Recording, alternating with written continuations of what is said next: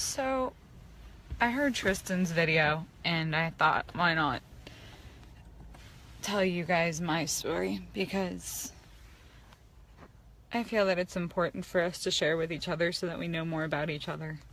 Hang on, this angle is terrible. There we go. So, some would argue that my trauma starts at 15. Others would argue that part of the problem is that I'm autistic, and so I don't necessarily understand social cues or understand social relationships and how they work and what is supposed to be right and what's not supposed to be right and what's okay and what's not okay, I guess you could say. But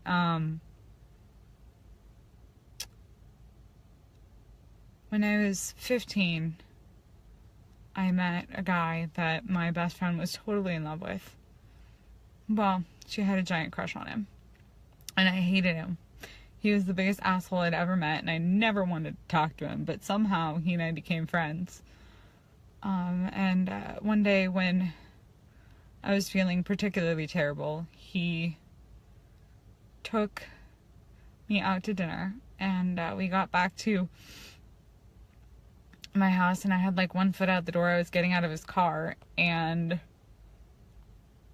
he kissed me. And, you know, I felt that was really inappropriate, pardon me. Because, you know, my friend liked him so much, and, so I called her, and as soon as he left, I called her, and I went to tell her, because, you know, I didn't want her to think that I was betraying her, and, she got mad, and she didn't talk to me anymore, because she accused me of initiating all those things, but that's not true in any way, shape, or form. And he and I got closer. We started dating. And come March 17th, 2001, he asked me to lie to my parents about where we were and what we were doing. And I did. And I told my parents that I was going to Rite Aid for some flashcards. And I met him around the corner, and he took me to his home, where, you know, he took me up to his bedroom, and we had talked about sleeping together, but we didn't, or we hadn't yet. And I walked up to his bedroom, and he locked the door behind us, which I thought was very weird, and we started to have sex, and it wasn't that big of a deal, but at some point I was in so much pain, and I just kind of checked out and went someplace else and kind of just pretended like it wasn't what was going on. Like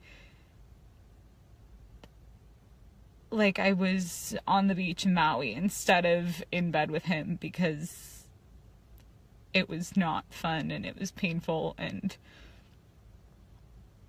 I told him no a few times and he didn't listen. And it became hard to sleep. And it became hard to breathe sometimes. And there were about 1,000,000 times that I just felt like I didn't know how to function because of what had happened. Fast forward to 2006. I met yet another idiot, jackass asshole that met me at a place called Hillel, which is a Jewish youth group for people in college who are Jewish and want to hang out with other Jewish people. And I didn't really like him again, and I think part of the issue for me is that autism makes me not understand the way relationships are supposed to work, so it makes me kind of worried about not knowing what is right and what is wrong. But after having done some self-harm, one of my friends got me committed for like less than 72 hours, and it must have been only like 18 hours, because they were like, you're not crazy, you need to leave. But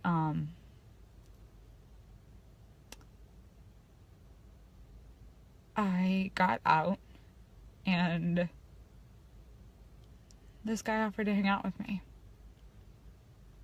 He said, let me come get you. Let me come hang out with you. We'll hang out. And we made a joke with our friends about wanting to tell one of our friends that we were dating because we wanted to see how quickly the rumor would get back to our other friends. And lo and behold, within about 5 minutes, the friend that we were dropping off his dinner, he says to us, what, you're dating? And so it just became like a, you wanna? I guess so. I guess we're dating. And it was very odd. But what I didn't know about him could fill novels upon novels upon novels, and I wish I had known about him before I got involved, because he and I dated, and on January 1st, 2007, he decided to rape me because he would not, I wouldn't give it to him. I was mad and I didn't want to give it to him, so he took it. And I got mad at him and I broke up with him. And I said, I can't handle this because you literally raped me and I can't deal with the fact that you did. And for some stupid reason, I took him back. And for the life of me, I don't know why. But on Valentine's Day that year, he raped me again. And this was probably the most violent I have ever felt in my life. He threw me up against the door to the point that my hip was being pushed into the door handle of the closet and my hands were above my head where I couldn't move. And when he wasn't getting the satisfaction he wanted then, he bent me over the bathroom sink and pushed my head down so hard into the sink that I couldn't breathe because my chest was being pressed against the sink. Somehow I broke away and I was just sitting on the toilet with my knees to my chest trying to reconfigure my brain and trying to get out, but he was standing in the doorway. I don't know how I got out, but somehow I did. And the problem that kept my PTSD going and keep all my troubles coming and the nightmares and the being anxious to go outside was that he was still within my group of friends. And some of my friends sided with him and some of them sided with me. But I ended up being in situations week after week where I was forced to be in the same place as him multiple times. And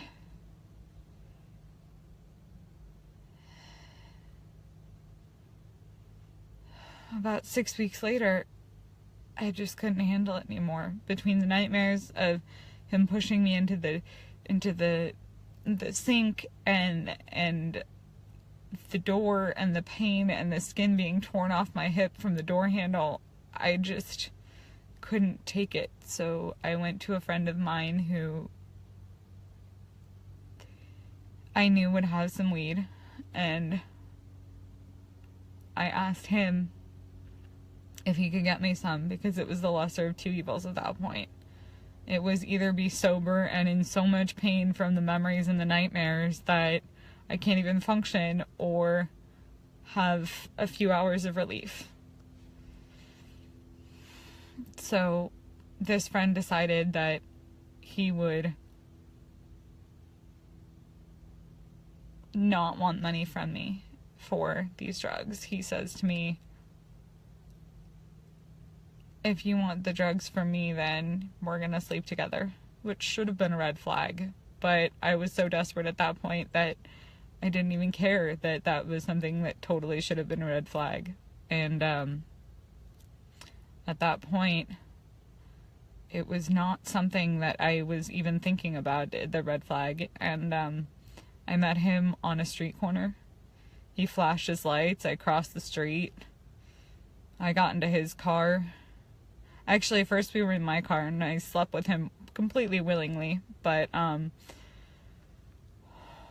we got back into his car so that we could smoke the drugs, and I remember thinking that everything was a game.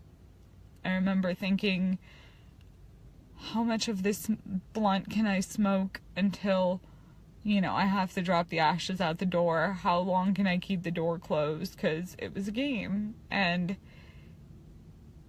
he started talking to me, and he asked me what had happened with my ex, and I told him that he raped me. And it wasn't even...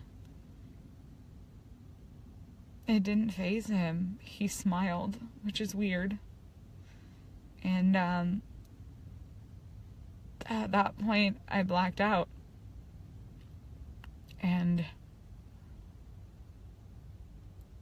I don't know why I blacked out, except for later that we figured out that he had laced the weed with PCP, which my body was not able to tolerate. But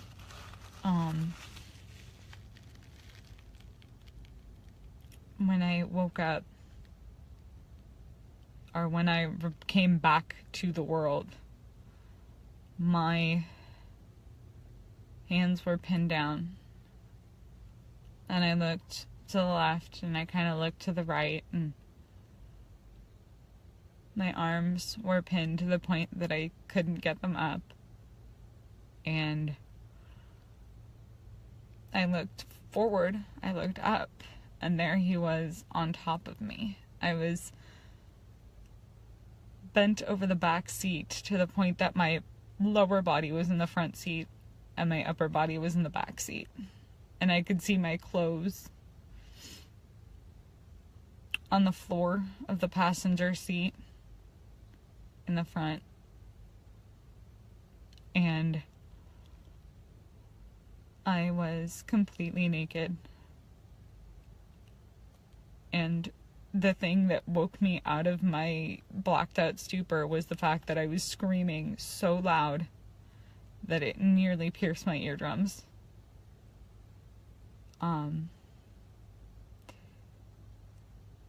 At that point, that was all that I remembered. I didn't remember much else until much later. But I blacked out again, and when I woke up again, I was dressed and strapped into the front seat of the car, and he was driving back to meet our friends. And then I told him that I needed to get my car and that I was feeling a little better, so he took me back to my car. He put the keys in the drive and just let me drive around completely stoned. Not that I should have expected anything better of him, but I drove up and down the streets of my town, well, of a town close by to my town, really stoned beyond any realm that anyone should have ever been driving. I remember the almost like the sound of a flat tire on the ground, that the tires made as I was driving.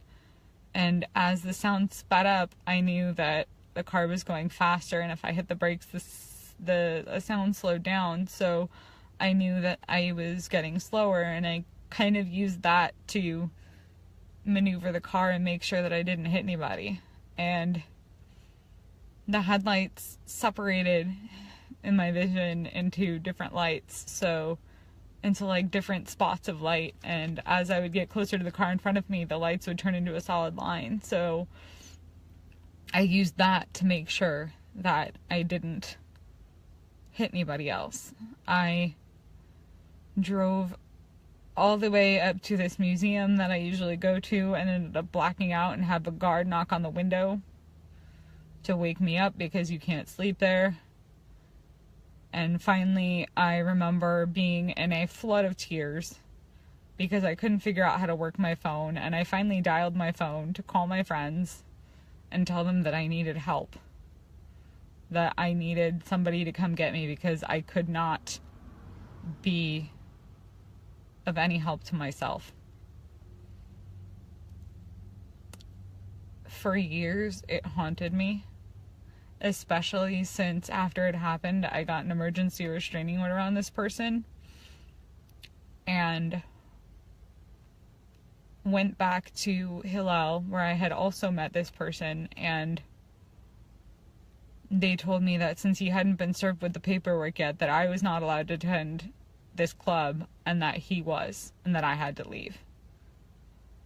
Which I think hurt me even more, because it was just the worst thing that could have happened in that moment to make me feel like no one cared about me.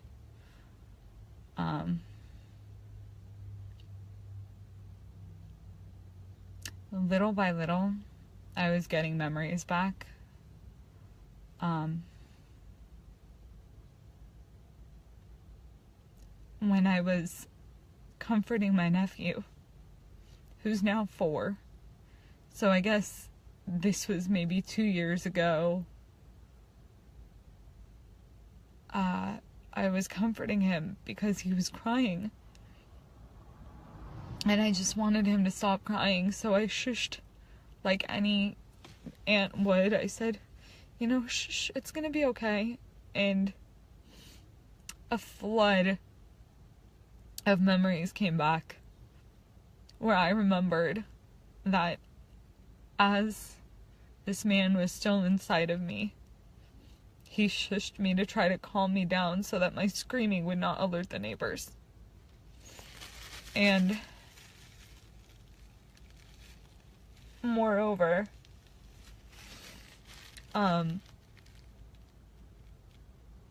little by little, I gained more information. So that was 2 years ago. And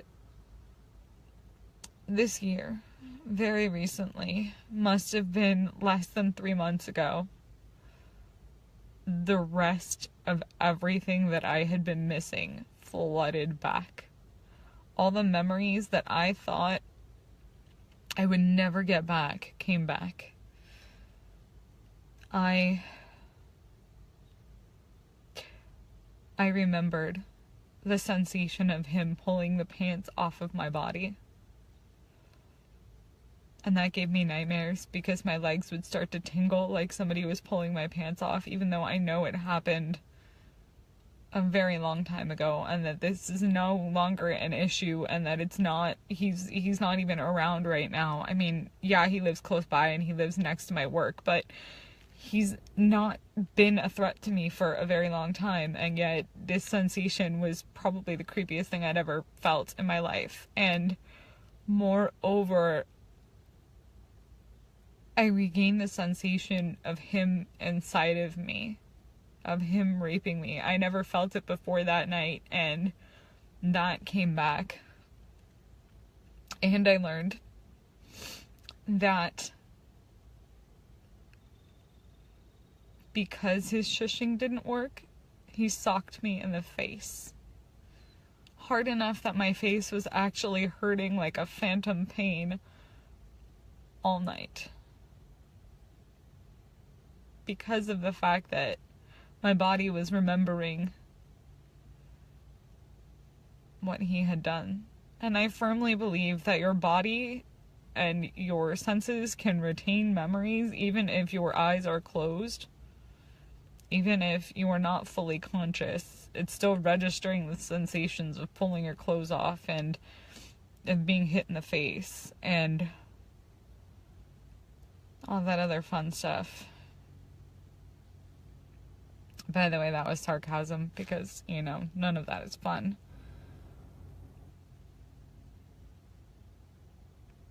And I really wrestled with whether or not I was happy that I now had this information, because for years I was like, I wish I had all the information. And now I think I was this close to getting ready to just forgive him and move on and just be like, I'm done with that right now, and I'm not going to let him interfere with my life anymore. But when I found out that he hit me so hard in the face with a close-fisted punch from an above angle that it was really, and I wasn't able to fight back against that. I wasn't able to block my arms. I wasn't able to do anything because I was under the influence of these drugs that he had put inside the weed. And yes, I had smoked weed before, and it was not the same sensation. It just made me so mad at him. And for weeks and months on end, I had these horrifying flashbacks of the feeling when I was sleeping that he was taking my clothes off, that he was hitting me in the face. The sensation of him actually raping me was something that I felt almost every night, and it really was horrifying. It was probably the worst thing I've ever imagined. And the worst, most painful sensation I've ever had, and it makes me so mad at him. I mean, yeah, I was mad before, but all of these men, I've learned to move on. At least the first two, I learned to move on because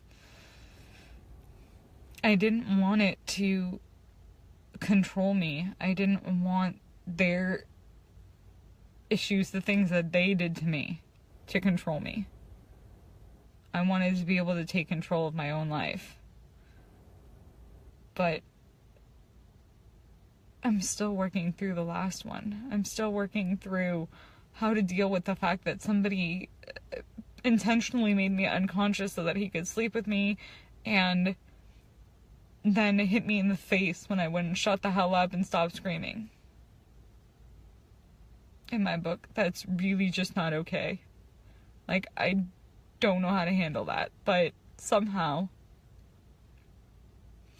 I have great friends who are more than willing to help when I have a PTSD panic attack. One of them stayed on the phone with me for like 4 hours. Another was, my best friend was completely okay with letting me just sit in his bedroom and deal with my shit, because some of our idiot friends were talking about being raped like it wasn't even a big deal, or watching the first episode of Daredevil where there's a woman being completely raped in the first scene and she's screaming so loud, and I was sitting in his kitchen making breakfast or dinner or whatever. I think it was dinner for a party, and my hands just started shaking and I couldn't breathe because of what they were watching on television. And he's been pretty good about understanding that with me, and knowing when I need a break, and knowing when I need a chance to just stop and process my own stuff. And as much as all of that is terrible, I've been working really hard to try to just be a part of other groups and have a life. Sometimes it works, sometimes it doesn't. Sometimes I can't find the motivation, but most times I can just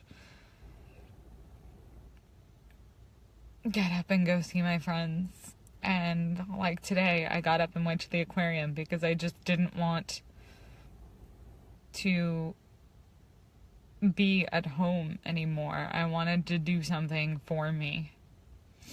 And now I have the most amazing job with 9 of the most interesting students I've ever met. And I wouldn't trade it for anything in the world. And it's helping me not focus on the PTSD. Having a full-time job is helping me focus on anything but that. St. Patrick's Day passed and Valentine's Day passed without a second thought about it. I was really proud of myself.